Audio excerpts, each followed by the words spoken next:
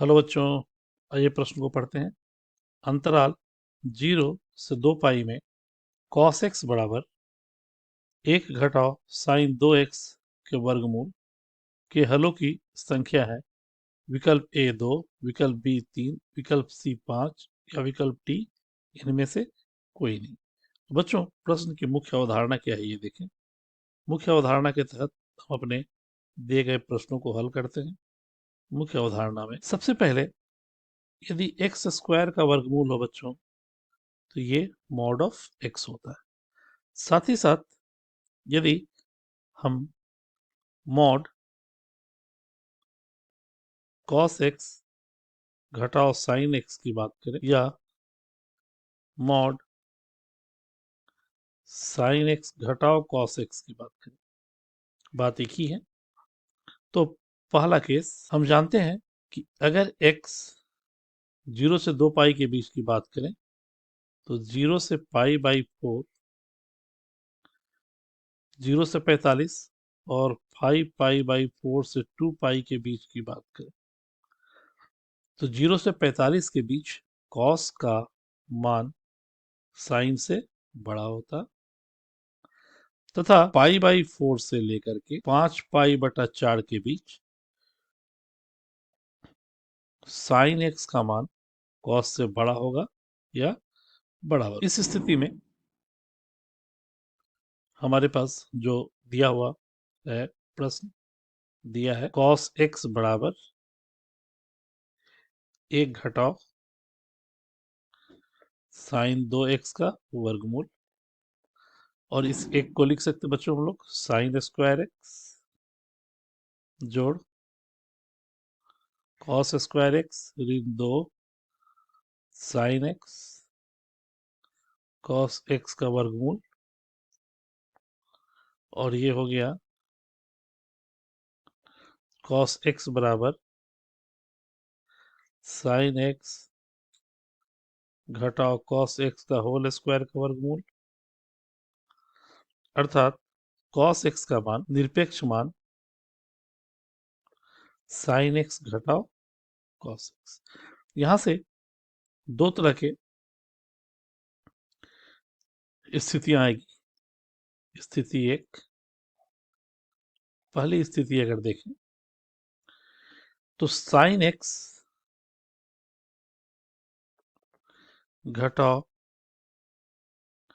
Cos x के bond को अगर हम लोग तोड़े तो इस स्थिति में अगर x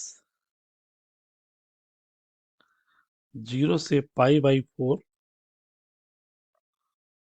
और 5 पाई बटा 4 से 2 पाई के बीच हो तो इस स्थिति में साइन एक्स का मान कॉस एक्स से छोटा होगा। अतः मॉड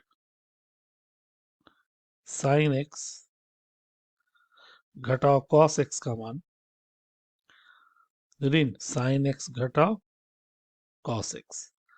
अतः जब x 0 से पाई बटा 4, 5 पाई बटा 4 से 2 पाई के बीच हो तो कॉस एक्स इक्वल, ये मॉड ब्रेक हुआ तो ये हो गया ऋण साइन एक्स जोर कॉस एक्स, क्योंकि यहां से ऋण ऋण धन हो जाएगा और ये कॉस एक्स कट गया बच्चों, यानी साइन एक्स का मान शून्य हो गया, अर्थात बराबर शून्य तथा 2 पाई। और साथ ही हमारा x का मान अंतराल 0 से 2 पाई क्लोज इंटरवल में दिया हुआ है, अतः 0 और 2 पाई दोनों ही हमें गिनना होगा। ये हमारे स्थिति एक का हल हुआ।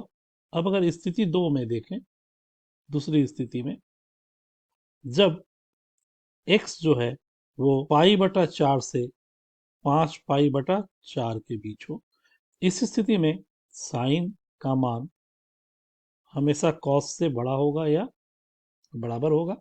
अतः साइन एक्स घटाओ कॉस एक्स का निरपेक्ष मान धनात्मक होगा, अर्थात साइन एक्स घटाओ कॉस एक्स।